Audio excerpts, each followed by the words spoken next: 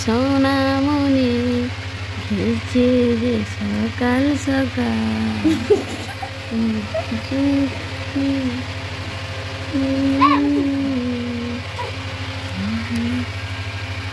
বাবলে বলে বলে বলে বলে বাবলে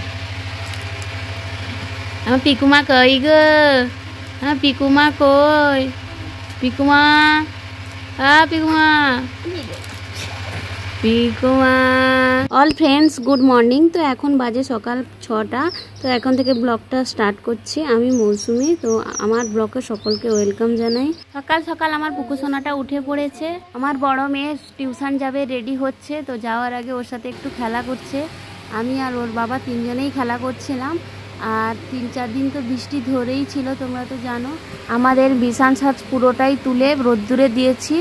আর কিছু জিনিস কাঁচা ধোয়া হচ্ছে মানে তোমাদের দাদাভাই কাঁচা ধোয়া করছে। আর একটু রোদ্দুতে জলও বসিয়ে দিয়েছি সামনে বারান্দায়। ও ঠাম্মা এলে ওকে স্নান করাবে। এই দেখো সব জিনিসটা রোদ্দুরে দিয়ে দিয়েছি। আর তোমাদের দাদাভাই স্কুলের বুটটা ধুচ্ছে।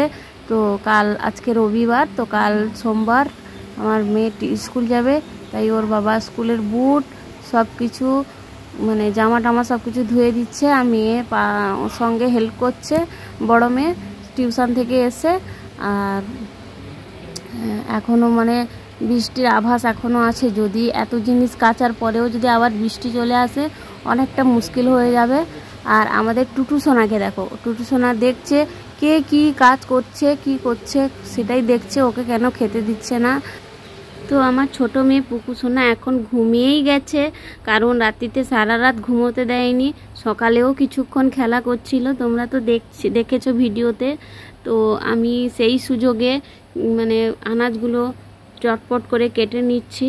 তো বন্ধুরা, তোমাদের দাদা আমাকে রান্নার কাজে অনেকটা হেল্পও করে দিয়ে যায়। বাইরে ধোয়া কাচাকুচি কাজ শেষ হয়ে গেছে।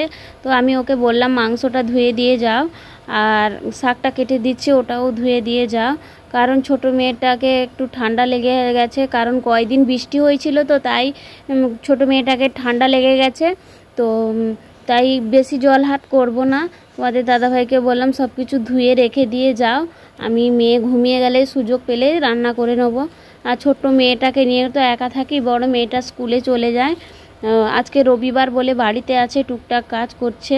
তো ছোট্ট মেয়েটা কাঁদলে ওকে ধরে বসে থাকছে। আর তোমাদের দাদাভাই এবার দোকান যাওয়ার সময় হয়ে গেছে, তো তোমাদের দাদাভাই দোকান চলে যাবে, কাজ সব গুছিয়ে দিয়েছে প্রায়। তো ভিডিওটা দেখো।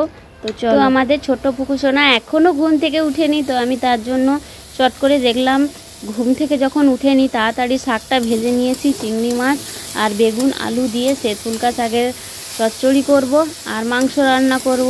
তো প্রায় মানে রান্না আমার বলতে গেলে শেষ হয়েই এসছে। এই দেখো ফুলকা শাকে কেটে ধুয়ে গেছে তোমাদের দাদাভাই। মেয়ে তার মধ্যেই উঠে পড়েছিল। তো ছোট্ট মেয়েটা তাকে সান্ত্বনা দিচ্ছিল।